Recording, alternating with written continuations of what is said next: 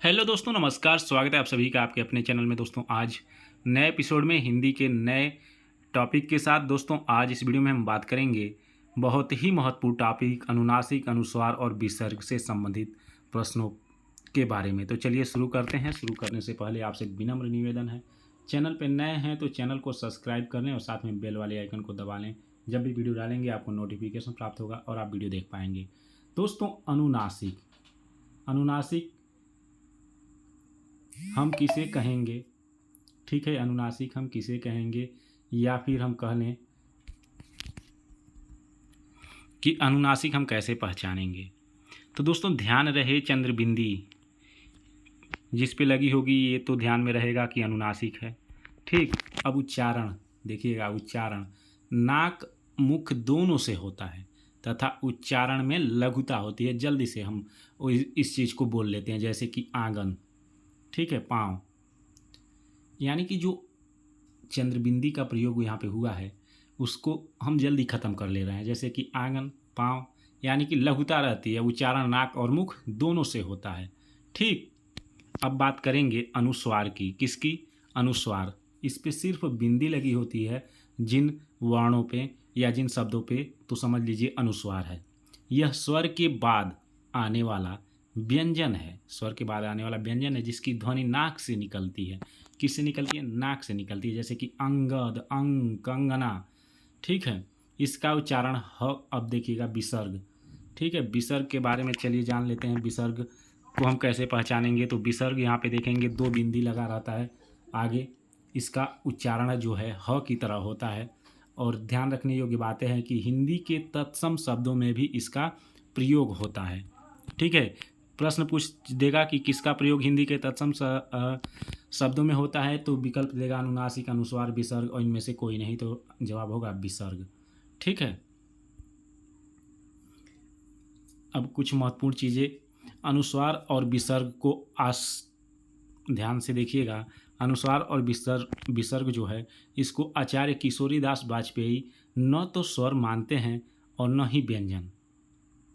अनुसार यानी कि अनुस्वार और विसर्ग को आचार्य किशोरीदास वाजपेयी न तो स्वर मानते हैं न ही व्यंजन मानते हैं। इन दोनों ध्वनियों को वे अयोगवाह मानते हैं। क्या मानते हैं? अयोगवाह, जिसका अर्थ होता है योग न होने पर भी जो साथ रहे। योग न होने पर भी जो साथ रहे, अयोगवाह का अर्थ होता है। तो कौन मानते हैं? आचार्य किशोरीदास वाजपेयी। याद रखिएगा, अयोगवाह मानते हैं किसको? अनुस्वार और विसर्ग को। ठीक है, और अर्थ भी इसका पूछ सकता है। योग न रहने पे भी जो साथ रहे वही क्या होता है? अयोगवाह होता है। अब देखिएगा अनुनासिक ध्वनियाँ। वर्गीय व्यंजन के पंचमा अक्षर यमणनम, ड़, य, ण, नम। ठीक, इन्हें याद करने का बहुत ही आसान तरीका है, यणम नम। ठीक, अनुनासिक ध्वनियाँ। ये अनुनासिक ध्वनियाँ जैसे कि क, ख, ग, घ, अंग, च, छ, ज, झ, इया,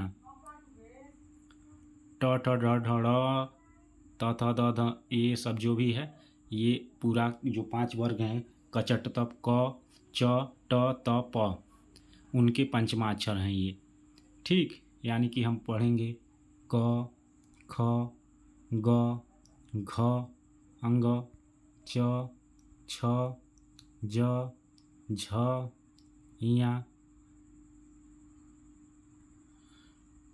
ट, ठ, ड, ढ, ढ़,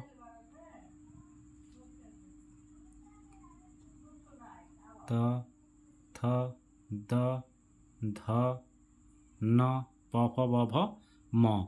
तो ये जो अंतिम में आते हैं, ये यहाँ पे आप देख रहे हैं ड़, य, ये जो हैं ये पंचमाक्षर के नाम से जाने जाते हैं। ठीक है, इन्हें वर्गीय व्यंजन तो हमने पिछली वीडियो में बताया था ही, आप देख सकते हैं जाके हिंदी जो भी वीडियो हमारे तत्काल के अभी पड़े हुए हैं उनमें। ठीक है, तो अनुनासिक ध्वनियाँ वर्गीय व्यंजन के पंचमाक्षर अनुनासिक ध्वनियाँ होती हैं। ठीक है, ध्यान रखने योग्य इसमें बात यह है कि अनुस्वार के उच्चारण में सांस जो है नासिका से अधिक निकलती है तथा मुख से कम निकलती है। नासिका से अधिक और मुख से कम निकलती है, किसमें, अनुस्वार के उच्चारण में। ठीक, अब देखिए, जबकि अनुनासिक उच्चारण में सांस नासिका से बहुत कम और मुख से अधिक निकलती है, जैसे अंधेरा, हंसना, गाँव हो गया, आंसू हो गया। अब यहाँ पे देखिएगा, बाबू श्याम सुंदर दास जो हैं, ये इनका नाम याद रखिएगा। इन्होंने देवनागरी वर्णमाला में सुधार और संशोधन का प्रयास करते हुए कुछ सुझाव दिए हैं।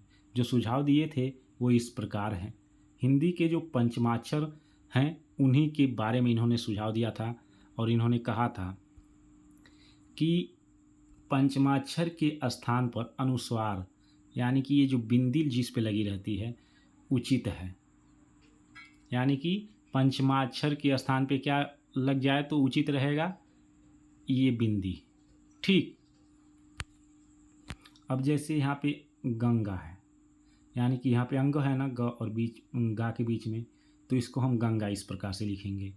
यहाँ पे प इया है और च है, पंच है, तो इस प्रकार से हम लिख सकते हैं कंठ। इस प्रकार से बिंदी ऊपर बिंदी लगा के संबल। तो इस प्रकार से इन्होंने कहा था कि इस प्रकार से लिखना उचित रहेगा। कौन? तो बाबू श्याम सुंदर दास।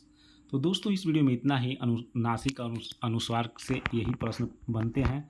अगर आपको वीडियो पसंद आया तो लाइक करें, चैनल को सब्सक्राइब कर लें। मिलते हैं नेक्स्ट हिंदी के नए टॉपिक पे। जय हिंद, जय भारत।